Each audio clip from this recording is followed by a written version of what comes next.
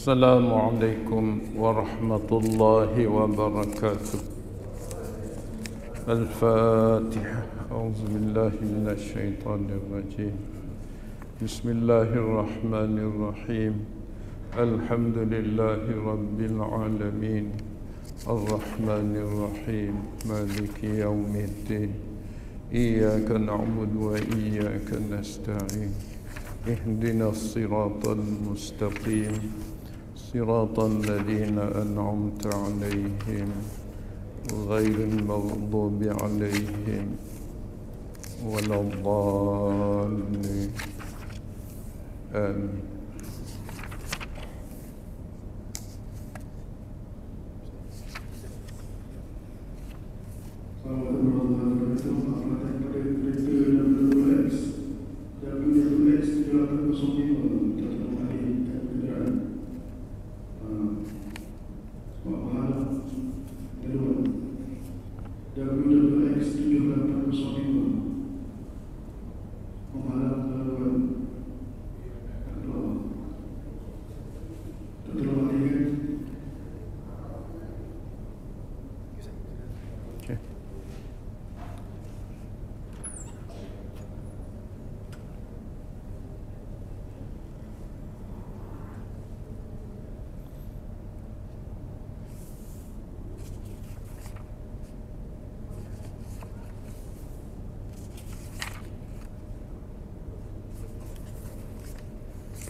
Ayat yang ke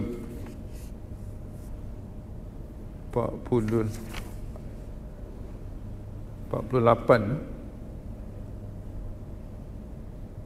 betul ke? Tak. Ha.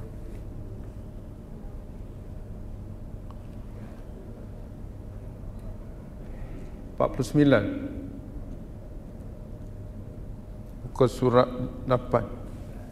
Ha?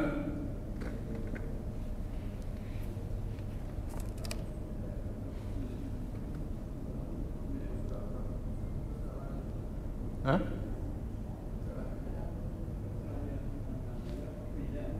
Bismillah lah.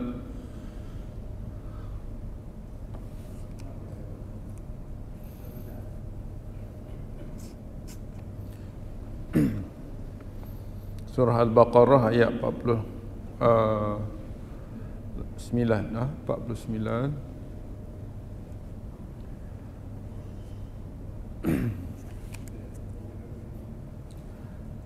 Baiklah, sama-sama kita membacanya dengan niat Allah beri ilmu pada kita. Dua, dengan niat Allah sembuhkan segala penyakit kita. Yang ketiga, dengan niat Allah tunjuk jalan hidayah untuk kita beramal. Yang keempat, kita dengan niat Allah merahmati kita. Ana ambil niat ni daripada tujuan Quran diturunkan. Tujuan Quran diturunkan ini dalam surah Yunus ayat 57. Kalau tuan-tuan nak tengok kenapa kita dapat Quran ni, tuan-tuan tengok surah Yunus ayat 57-58. Ini tujuan. Jadi tujuan Quran diturunkan. Pertama, untuk mengilmukan ahli bumi. Yang kedua, untuk merawat segala penyakit yang ada dalam tubuh manusia, hamba-hamba Allah. Yang ketiga, untuk tunjuk jalan hidayah. Yang keempat, untuk menjamin kesejahteraan. Oh, hebat sungguh Quran ni, untuk menjamin kesejahteraan. Allah berfirman, ya ayuhan nas, wahai sekalian ahli bumi. Kita terjemah ahli bumi, tak nas. Qad ja'atkum, sekarang ni kamu telah dianugerahkan. Ja'at, datang. Tapi kita ada dah Quran, kita terjemah dianugerahkan. Kepada kamu satu pendidikan yang lengkap, min rabbikum, daripada Tuhan kamu. Quran ni satu pendidikan, satu ilmu yang lengkap. Wa syifa'un lima fi sudur, dan juga kamu dianugerahkan satu syifa, penawar bagi segala penyakit yang ada dalam diri kita. Penyakit yang ada dalam diri kita ini ada 3 kata ulama. Pertama, penyakit suka puja yang bukan Allah suruh, syirik. Yang kedua, tak berapa yakin dengan Allah, dengan agama. Ini penyakit-penyakit. Yang ketiga, tak nak berubah daripada jahil kepada ilmu. Walaupun kita ni dekat dan nak jumpa Allah, tak nak berubah pun, tak nak cari ilmu pun, tak nak berjuang pun di akhir-akhir umur, peluang yang sedikit ni. Itu yang penyakit tu disebut dalam tafsir. Suka berada dalam status yang sama, tak nak naik. Itu sifat yang Quran cuba perkenalkan. Kemudian wahudan, dia tunjuk kita, guide kita nak buat macam mana. Kisah-kisah dulu kita baca bagaimana mereka itu silap, jangan ikut lagi. Itu yang berjaya tu kita kena ikutlah. Digaitkan kita, itu hidayat dia panggil. Yang keempat ialah warahmatul lil mu'minin. Quran datang ini adalah jaminan sejahtera, rahmah. Rahmah ni dia orang kata satu perkataan yang terbit daripada Ar-Rahman Ar-Rahim. Ar-Rahman Ar-Rahim. Rahman ini adalah satu nama Allah yang kita dianugerahkan segala kemudahan. Rahman Allah. Rahim ialah hidayah. Rahim ialah akhirat. Jadi dua gabung itu terhasillah rahmah. Dan rahmah ini hanya diberi kepada orang yang beriman. Rahmatul lil mu'minin. Mana ana terjemahkan rahmah ini satu jaminan kebahagiaan. Ilmu penawar, petunjuk dan juga jaminan kesejahteraan.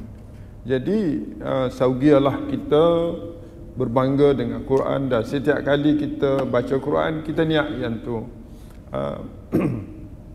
Hari ini kita akan bincang pada ayat 49 surah Al-Baqarah, berkaitan dengan satu nikmat yang Allah beri kepada Bani Israel. Bani Israel. A'udzu billahi minasy syaithanir rajim.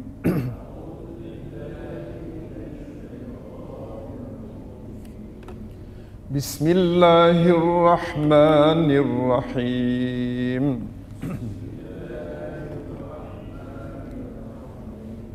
وَإِذْ نَجَّيْنَاكُمْ مِنْ آلِ فِرْعَوْنَ يَسُومُونَكُمْ سُوءَ الْعَذَابِ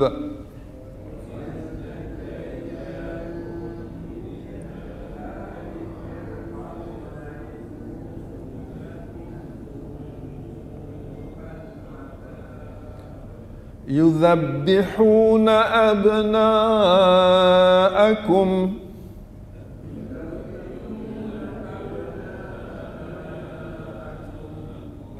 وَيَسْتَحْيُونَ نِسَاءَكُمْ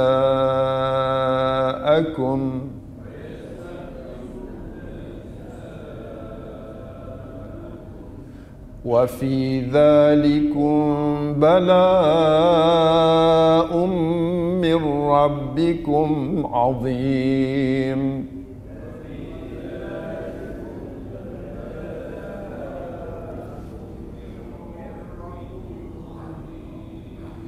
وَإِذْ فَرَقْنَا بِكُمُ الْبَحْرَ فَأَنْجَيْنَاكُمْ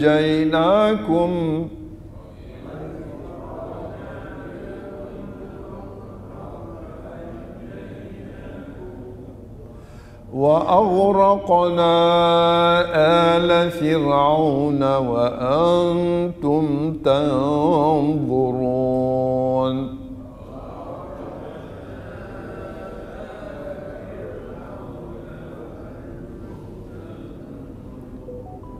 وإذ واعدنا موسى 40 ليلة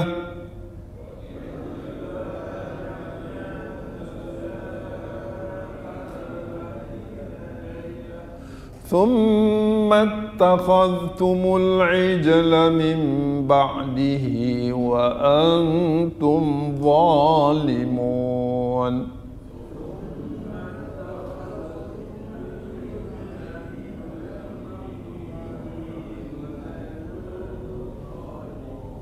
ثم عفونا عنكم من بعد ذلك لعلكم تشكرون.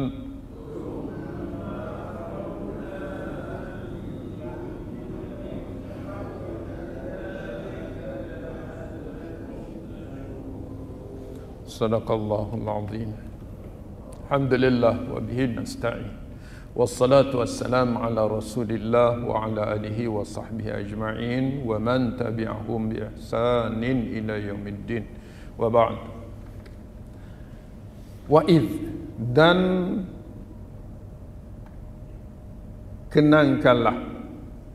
kenangkanlah dia buat dalam kurungan, ingatkanlah. Maknanya Quran ini dia mengajak kepada kita supaya ingat. Ingat apa?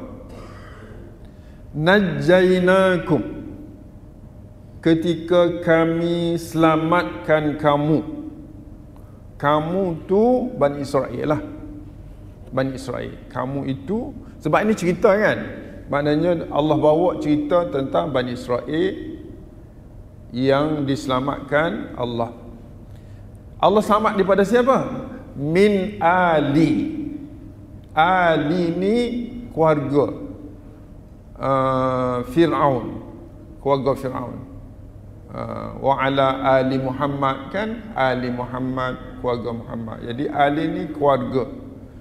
Tetapi kenapa disebut Ali Fir'aun sedangkan bukan keluarga Fir'aun? Sebenarnya dalam yang dimaksud di sini ialah tentera. Ali Fir'aun ni tentera. Yang membunuhnya tentera. Kan setiap anak yang dilahir di kalangan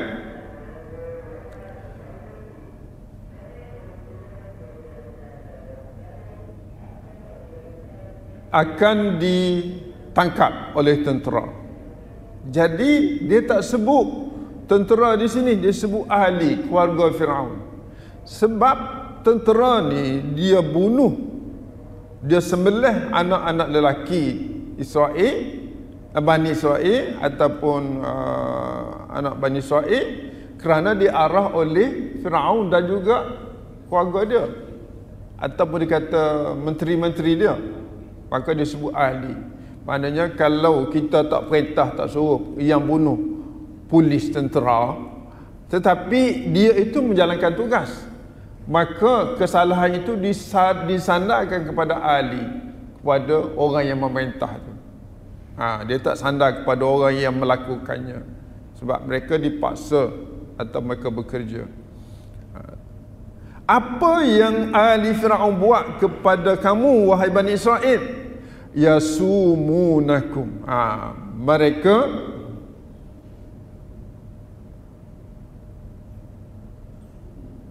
menyeksa. Yasumu ni dia mereksa ataupun meracunimu, kamu semua. Menyeksa dalam bentuk yang sangat dahsyat dipanggil yasumunakum. Su'al azab, azab yang su ni buruk, dahsyat. Su, kita kata ulama su, tak, ulama yang jahat. Sebab apa ulama su? Ulama ni orang reti, tapi dia buat jahat juga, maka dikatakan su.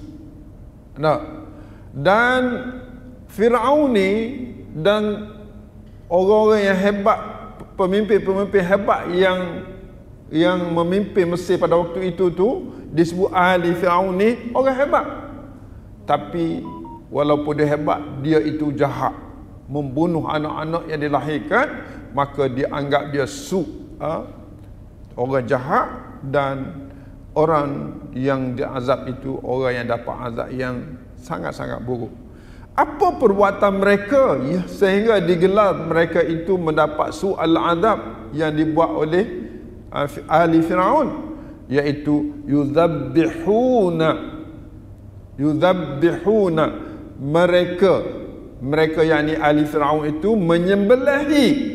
Allahu akbar. Zabbaha, macam kita buat korban tu, yazbah.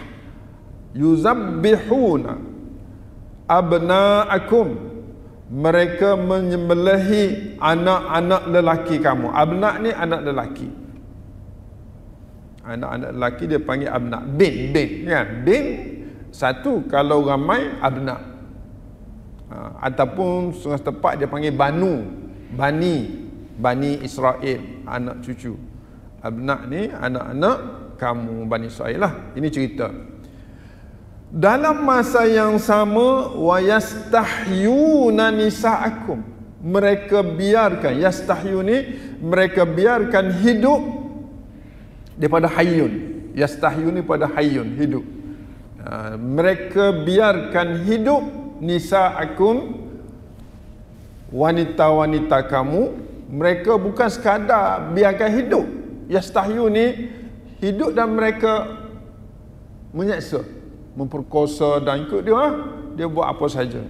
Ini satu berita yang kita dapat. Kalau Quran tak ada, kita tak dapat ilmu ni. Sebab tu Quran datang untuk memaklumkan kita. Sebab ilmu ni ialah al-ilmu huwal fahmu, al-ilmu huwan nur. Ilmu itu faham, ilmu itu cahaya. Itu maknanya kita zaman dulu begini hebat, satu kerajaan yang besar yang digelar kerajaan Firaun, mereka ini tidak mahu diturunkan daripada takhta. Maka bila diketahui bahawa akan datang suatu masa seorang anak Bani Israel akan memimpin dan akan meruntuhkan kerajaan Firaun. Ada kerajaan Firaun. Disebabkan itu je mereka hapuskan keturunan Bani Israel, sebab yang dikatakan itu lelaki, namanya Musa. Jadi pasal kena bunuh semua. Kehendak mereka buat gitu dan mereka ambil peluang lah. Bila bunuh anak perempuan, ibu dia tu mereka memperkosakan, buat bermacam-macam. Lama, dalam masa yang lama. Jadi ini ni kata Allah, wa fi dzalikum, pada perkara ini, wa fi dzalikum, pada perkara yang zalika tu benda ni kum tu kamu yang kamu hadapi. Wa fi dzalikum, pada benda ni yang kamu hadapi tu sebenarnya balaum, satu ujian. Balak ni bukan ujian buruk, tapi ada benda-benda yang Allah SWT nak beri pelajaran. Balak, satu ujian ini rupa-rupanya min rabbikum. Dia kait tu, bala'um min rabbikum azim. Bala'un azim itu sifat kepada balak tu, balak yang sangat keras, yang sangat berat, azim, yang didatangkan oleh Allah kepada kamu. Tuan-tuan, kita nampak tak cerita ni? Satu persatu disebut oleh Allah dengan satu nilai. Kadang-kadang Allah uji seseorang itu kerana orang itu sendiri, kan? Contoh, Allah kata dah dalam surah An-Nasri, kalau kamu nak negara kamu, kan, akan dijaga Allah sampai kiamat, takkan Melayu hilang di dunia, mu kena buat 3 perkara, kan? Pertama, fasabbih bihamdi rabbik, dalam surah An-Nasr. Kena sentiasa bertasbih pada Allah. Ulama kata fasabbih bihamdi rabbik ni ialah jaga solat. Sabhah ni nama solat. Salah satu nak kekal sebuah negara merdeka ialah semayang tak boleh ditinggalkan. Dikira satu jenayah yang sangat besar kalau tinggal semayang. Bukan kes individu, dia kes negara Islam kalau tinggal semayang. Anda cuba ceklah dalam tafsir-tafsir, antara satu makna sabbih ni ialah solat. Dulu dia panggil sabha, sekarang dia panggil solat, kan? Yang kedua, wastaghfirhu, kita kena bersih masyarakat kita daripada dosa-dosa, daripada kesalahan-kesalahan. Kena proses membersih. Istighfar ni ialah proses meninggal kesalahan-kesalahan lama disucikan. Tak apa, kan macam kita dulu pun boleh tahan juga kita buat kerja benda-benda Tuhan larang tu. Dah, sekarang ni kita dah taubat dah. Bersih dah diri kita dah. Balah fikir pasal hak lama tu. Kau dulu bukan baik pun. Jangan sebut-sebut dah. Yang Allah tutup lah. Itu istighfar namanya. Jadi umat ini kena bersih hak, buanglah hak lama-lama tu. Yang kedua, innahu kana tawwaba. Ulama bahasa mengatakan al-isyarah ila sifatillah, menunjuk kepada sifat Allah suka bertaubat itu tanda Allah minta orang itu kena bertaubat. Mana tiga? Kena bertaubat. Mana watub ilallah innahu watub ilaihi. Ayat innahu kana tawwaba tu ada satu ayat yang disembunyikan. Bertaubatlah kamu kepada Allah. Sebab apa kena bertaubat? Innahu kana tawwaba. Kerana Allah itu sangat-sangat suka orang yang banyak bertaubat. Ada istighfar, ada taubat. Apa beza istighfar dengan taubat? Istighfar ialah meminta Allah maaf segala silap salah yang lama. Taubat ialah, kan kita taubat, syarat taubat ada 3. Pertama, apa dia? Menyesal. Yang kedua, meninggal meninggal yang buruk-buruk. Yang ketiga, melakukan yang diperintah. Jadi kesimpulan taubat ni ialah perkara sekarang ke depan. Taubat, istighfar ni perkara sekarang ke belakang. Istighfar. Maka satu umat yang berada dalam keadaan aman wajib jaga solat dan ibadat-ibadat lain, wajib membersihkan dosa-dosa lama, dan sekarang ke depan rancang untuk jadikan hidup patuh syariah undang-undang Allah. Orang yang begini adalah orang yang jaminan Allah. Apa jaminannya? Idza jaa nasrullahi wal fathu, bantuan Allah dan kemenangan. Dalam apapun nasrullah pasti dapat, fathu kemenangan dapat. Dalam Quran juga banyak cerita tentang ilmu dan jaminan ni. Dalam surah Duha ada. Surah Duha. Anda seronok surah Duha. Surah Duha ni 2 benda kena jaga. Allah jamin 4. 2 benda kena buat, Allah jamin 4. Pertama, sebuah negara, sebuah masyarakat, sebuah kampung, seseorang itu bila jaga Islam dengan baik dan malam bertahajud, Allah beri 4 jaminan. Mana semua kita ni tak boleh orang hina Islam, kita jaga negara kita kena laksana dengan cara Islam ajar. Allah kata orang yang jaga agama dia siang hari, malam bertahajud, dia bagi 4 jaminan. Pertama, ma wadda'aka rabbuka. Surah Duha kan? Ma wadda'aka rabbuka. Tidak pernah Allah meninggalkan. Wadda' ni widak. Kan? Tak pernah tinggal. Allah sentiasa bersama kaum itu.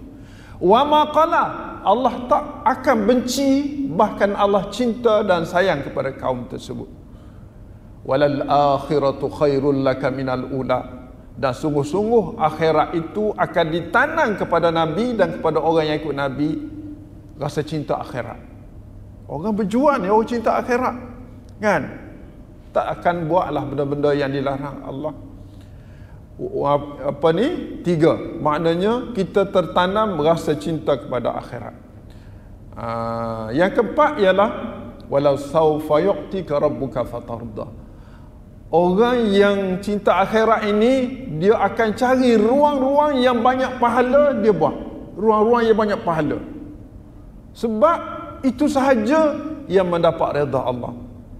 Kan? Kita benda banyak pahala ni payah nak buat. Contohnya kan, masa pencing kita ni dah. Kita pencing ni, sepatutnya kita boleh buat pahala besar tiap-tiap hari. Macam mana pahala besar tiap-tiap hari? Nabi SAW sebut dalam hadis yang bermaksud, sesiapa yang datang solat berjemaah subuh di masjid, kemudian dia berzikir tunggu sehingga naik matahari, segala dia solat duha. Solat duha itu pahalanya seperti haji dan umrah sesempurnanya. Jadi sesuailah kita orang pencing ni duduk masjid buat tadabbur gini, kan? Habis masuk duha, sembahyang duha, balik boleh pahala besar. Dalam masa yang sama duduk dalam majlis begini, kita dapat 4 kelebihan. Pertama, ketenangan. Yang kedua, jaminan rahmat. Yang ketiga, malaikat doa. Malaikat doa. Malaikat doa ni 2 je doa. Ya Allah, Kau ampunkan orang ni. Ya Allah, Engkau sejahterakan orang ni. Itu je malaikat doa. Dan yang keempat, duduk dalam majlis ini, Rasulullah sebut wa zakarahumullah. Allah akan tanya khabar dia. Tiap-tiap kali Allah berjumpa dengan malaikat, dia tanya khabar. Macam mana hamba-hambaku? Malaikat kata, ni geruk ni tak pernah keluar masjid kecuali lepas duha. Dan dia sentiasa bersama Quran. Ini yang kita target lah. Umur-umur kita dekat ni kena kuat, kena banyak berkorban lah. Itu yang ana kaitkan sedikit sebanyak mengenai ujian lah. Balak ni. Balak ni ada 2. Balak ni Allah uji dengan susah, sakit. Balak juga daripada Allah min rabbikum. Termasuklah susah yang diazab oleh Israel ni. Susah sangat tu. Penat. As-su'ul azab. Yang kedua, Allah uji dengan senang dan kuasa. Baca juga, senang, kadang-kadang kita lupa. Kita ada kuasa, kadang-kadang kita lupa. Ujian Allah. Jadi benda-benda yang Allah cerita dalam Quran itu menjadikan kita ada strategi. Benda sikit je, surah-surah An-Nasri, kan? Surah Ad-Duha, sikit je, pendek, tapi dia punya nilai. Dan dalam 2 surah yang bernama 2 alam, kan, rawatan penyakit, ada juga kita ada sifat rawatan penyakit. Baca surah Alam Nashrah, Alam Tarakain. Orang mari masjid, semaya sunat subuh 2 rakaat, jangan tinggal, besar tu pahala sunat subuh 2 rakaat. Kalau tertinggal qada lepas. Kalau nak mari orang khomak sembahyang lah, sembahyang subuh, lepas tu nak sembahyang terus boleh. Tapi budaya ni tidak kita buat. Sebab kalau kita buat, orang kata kita ni buat benda sembahyang tempat haram, kan? Sebab lepas subuh soal sembahyang sunat haram. Tapi boleh sembahyang subuh. Yang orang biasa sembahyang sunat subuh, tiba-tiba tak sempat, dia boleh sembahyang lepas subuh, kan? Sebab berlaku pada Nabi, ada sahabat Nabi tanya, apa sembahyang apa? Dia kata, aku sembahyang sunat subuh, tadi tak sempat. Jadi Nabi diam. Maknanya diam itu mana boleh. Cuma budaya kita, kalau kita sembahyang, orang tengok, ni jenis jahil mana ni, dia kata, jahil mana ni sembahyang lepas subuh. Jadi payah kita nak buat. Jadi macam mana caranya? Ada ulama cadangkan lepas duha. Lepas duha tu sembahyang sunat subuh. Sebarang sunat-sunat yang terlepas di waktu malam boleh dilaksanakan selepas duha, termasuk tahajud ya. Niat qada. Niat qada. Niat ganti, qada ni ganti. Nah. Baik. Itu nampaklah kita ni bersungguh. Kalau kita tak buat gitu, muslimin muslimat, dia tertinggal sekali tak buat, 2 kali tak buat, lama-lama tak rasa nak buat, rasa sibuk sentiasa. Jadi kalau kita buat qada, dia jadi sayang, dia akan cari usaha untuk buat tepat sebenar dia. Nah, maknanya kalau anda jumpa dalam satu kitab yang dikarang oleh ayah kepada Syekh Datuk Wan Muhammad Syekh Abdul Aziz, presiden satu ulama, sekarang ayah dia, karang satu kitab Syekh Abdul Aziz tentang kelebihan solat sunat subuh dan penawar penyakit, kita panggil penyakit Allahumma salli buasi. Dia kata amalkan sembahyang solat subuh, rakaat pertama baca surah Alam Nashrah, yang kedua baca surah kedua sunat subuh tu baca surah Alam Tarakain. Dan anda jumpa satu tempat lain bila baca-baca tafsir, dia kata sebarang penyakit boleh niat. Sebarang penyakit boleh niat. Makna Quran sifat, cuma kita tak jumpa je. Dia ambil apa, sebab apa dia ambil tu? Dia kata alam tu istifhamiyah, dan perkataan alam juga makna sakit. Alam tu ma alamuka, apa penyakitmu? Kita pergi jumpa doktor, dia doktor tanya ma alamuka, engkau sakit di mana? Alam juga. Jadi alam tarakain, alam nashrah, ada perkataan itu bukan makna sakit, tetapi kalau kita keluarkan perkataan tu letak kat lain, dia makna sakit. Boleh diberi makna sakit dan boleh diberi makna tidakkah. Perkataan sama dan tulisan yang sama. Wallahu alam apa rahsianya, tapi kita dapat pada para ulama yang menulis. Jadi kita boleh jadikan ia sebagai ilmu. Wa fi dzalikum bala min rabbikum azim. Azim tu sifat bala tu, sifat bala. Kenapa dipisah antara balaun azim dengan min rabbikum? Kenapa di sini? Ini kita kena perhati dengan baik-baik. Quran kadang-kadang dia susun dengan cara yang kita tak cakap. Contoh dia kata wa fi dzalikum balaun azim, bala yang besar. Kita terima bala yang sangat berat, azim tu. Tapi selepas bala dari Tuhan kamu yang sangat besar. Kalau kita kata air yang bersih dari masjid, air dari masjid yang bersih, apa beza?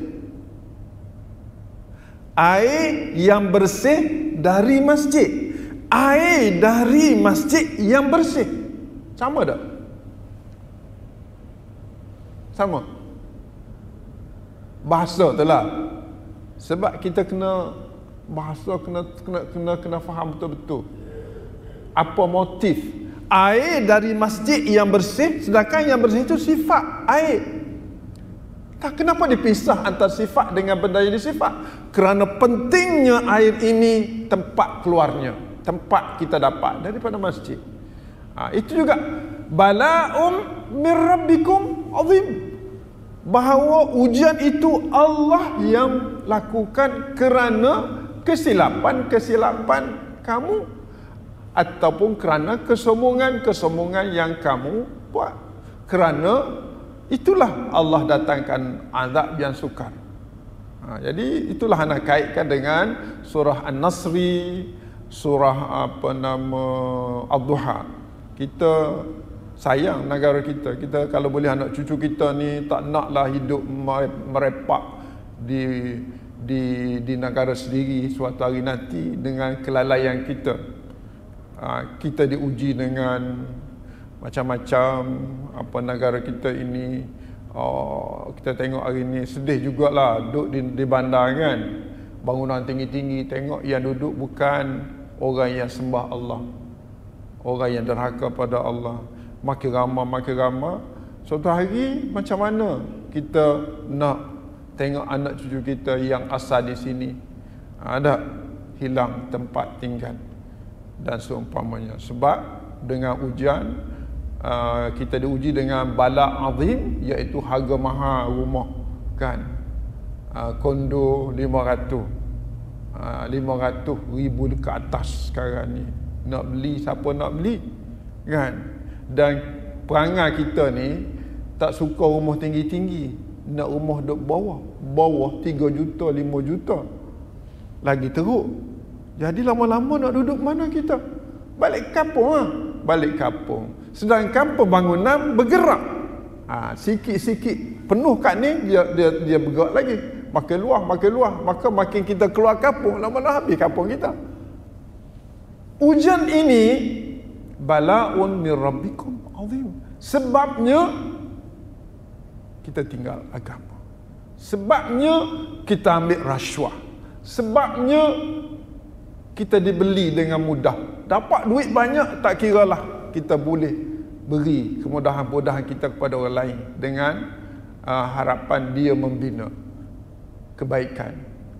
Orang yang bukan taat pada Allah, bukan Islam, dia dipimpin oleh syaitan. Syaitan tidak sekali-kali memimpin ke arah ketaatan.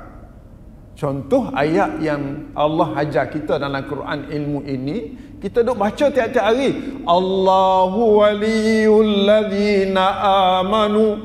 Allah lah pemimpin orang-orang yang beriman. Yukhrijuhum minadh-dhulumati ilan nur. Allah akan gaib orang-orang yang beriman dengan mengeluarkan mereka daripada kesilapan-kesilapan kepada kebenaran-kebenaran. Daripada zulumat. Zulumat ni zalim, gelap, salah rancang tak kena. Meeting dapat hasil, tapi hasil itu tidak mengena tempat. Kita meeting tapi tak mengena tempat sebab tidak ada bantuan. Sebab yang mengontrolkan kita bukan Allah. Sebab kita bukan Muslim. Contohnya lah, orang bukan Islam, Allah tak kontrol dia. Dia dipimpin oleh walladzina kafaru, orang-orang yang ingkar kepada Allah itu. Apa dia? Auliyauhum at-taghut. Pemimpin-pemimpin mereka ialah at-taghut. Taghut ialah gelaran kepada syaitan. Kalau cek dengan tafsir, at-taghut wa asyayatin. Syaitan. Sebab apa syaitan digelar taghut? Sebab dia melampau. Taghut ni tara, melampaui batas. Apa dia buat kepada orang yang dia pimpin? Yukhrijunahum, mereka akan gerakkan pengikut-pengikutnya minan nur, daripada kebenaran, ila dhulumat, kepada kesilapan-kesilapan. Kita duk baca, tapi pelaksananya kita apa? Kita lalai, kita tak buat. Puncanya apa? Puncanya tinggal agama. Dalam surah Ad-Duha, syarat Allah nak tolong Wadduha, kena jaga agama. Wal-laili idza saja, malam kena bangun meminta Allah bantu kita. Tahajud. Nabi tahajud wajib. Para sahabat ikut Nabi. Kita pun kena tahajud.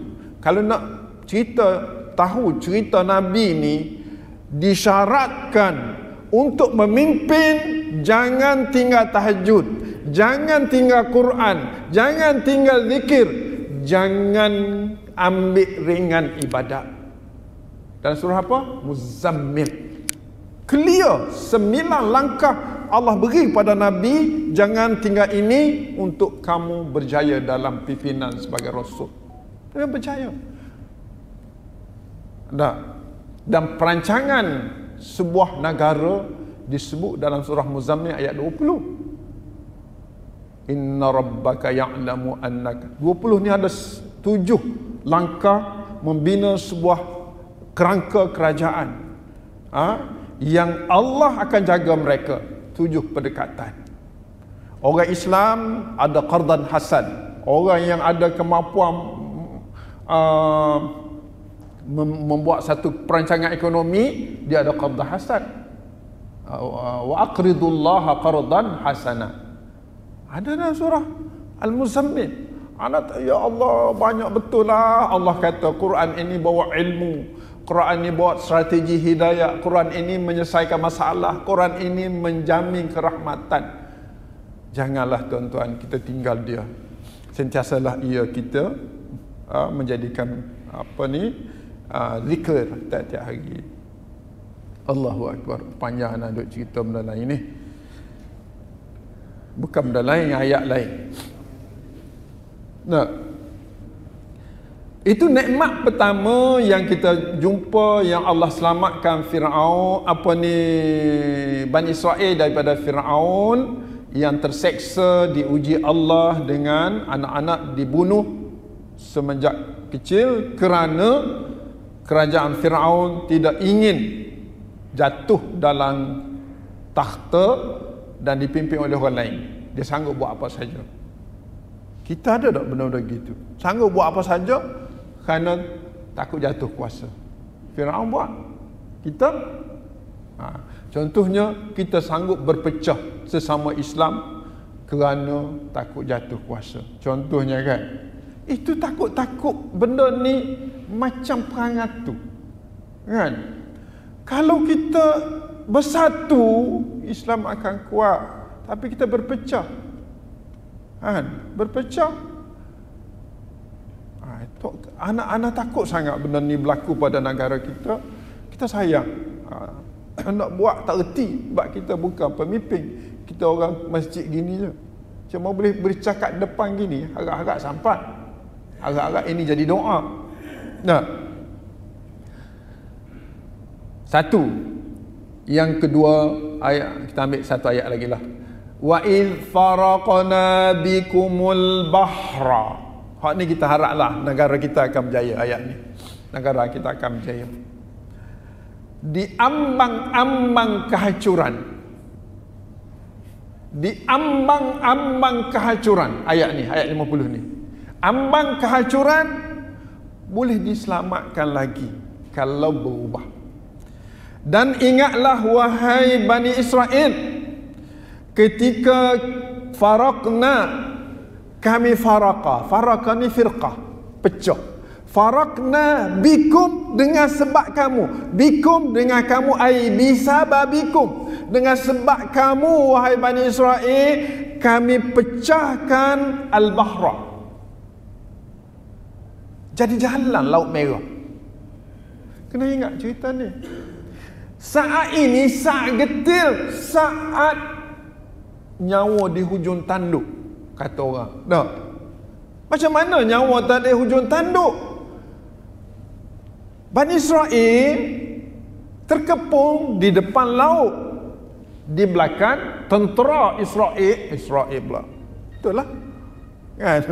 Tentera Firaun untuk membunuh. Dia keluar ni, Bani Israel ni masa tu keluar dalam bentuk yang besar. Ramai keluar nak lari daripada Firaun di waktu malam. Keluar sampai ke laut. Nak pergi macam mana? Laut besar. Di belakang tentera. Nyawa lah. Maknanya sangat getir sangat-sangat. Tidak mungkin akal manusia dapat selamat daripada suasana ni. Tapi Allah cerita satu kisah yang berlaku kepada kita Firaun. Wa id faraqna. Ingat wahai umat Muhammad, dulu kami pernah selamatkan Bani Israel yang berada di saat-saat yang nampak memang getir. Tapi Allah selamatkan dengan faraqna bikum. Allah pecahkan laut jadi jalan bikum ay bisababikum, dengan sebab nak selamat kamu. Jangan jahat lagi bila Allah selamat. Nah, tapi Israel ni ada di antara mereka yang jahat. Walaupun selamat, lepas pada laut tu tengok orang duk sembah berhala. Musa, kita ni duk sembah Tuhan, tak nampak pakla ni. Boleh tak kita buat macam dia ni? Nak buat mula. Subhanallah. Perangai tak berubah. Walaupun diuji lama, tapi bila senang, lupa daratan. Itu perangai manusia yang tinggal agama. Fa'anjainakum, kami anja ni daripada wan najata minan. Anja ni khusus selamat daripada benda buruk. Dia panggil anjaina. Fa'anjainakum, dan kami selamatkan kamu. Kamu selamat Firaun, wa aghraqna, pada masa itu juga kami tenggelamkan ala Firaun. Tentera-tentera Firaun yang mengejar kamu tu kami tenggelamkan dalam laut. Wa antum tanzuru, pada waktu itu kamu semua duk sebelah sana, duk tengok bagaimana kematian berlaku kepada tentera-tentera yang jahat itu. Kamu saksi. Tak ada pun membuat apa, tapi Allah selamatkan kamu. Besar nikmat Allah kepada kamu, wahai Bani Israel. Ingat dua. Kan? Ya Allah, kita pun baca Quran. Quran ni diturun pada umat Muhammad, turun pada kita. Cerita ni cerita hak dulu. Maknanya apa tuan-tuan? Maknanya boleh berlaku kepada umat Melayu kalau tidak sombong, kalau tidak berpecah, kalau kembali kepada agama. Kan? Kita ni musuh besar-besar tu, kiri kanan atas bawah musuh besar-besar. Ni tak besar ke? Nyawa di hujung tanduk, di depan laut, di belakang tentera, lebih besar daripada sekarang. Tapi Allah boleh selamat. Kan?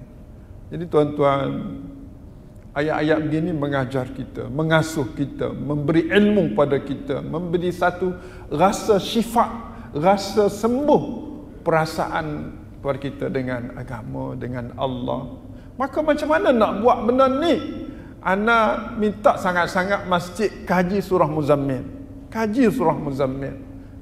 Kaji surah Muzammil ayat 1 hingga 19 membina individu-individu ahli qaryah. Ayat 20 membina masyarakat. Untuk kita selamatkan negara kita daripada kelalaian kita sendiri, daripada kelemahan kita sendiri, daripada tidak mendapat payung pertolongan Allah Subhanahu wa taala. Kita berhenti setakat tu hari ini, kita sambung nanti ayat 51 dengan izin Allah Subhanahu wa taala. Subhanakallahumma bihamdika asyhadu an la ilaha illa anta astaghfiruka wa atubu ilaik. Wal 'asr innal insana lafi khusr إلا الذين آمنوا وعملوا الصالحات وتواصوا بالحق وتواصوا بالصبر.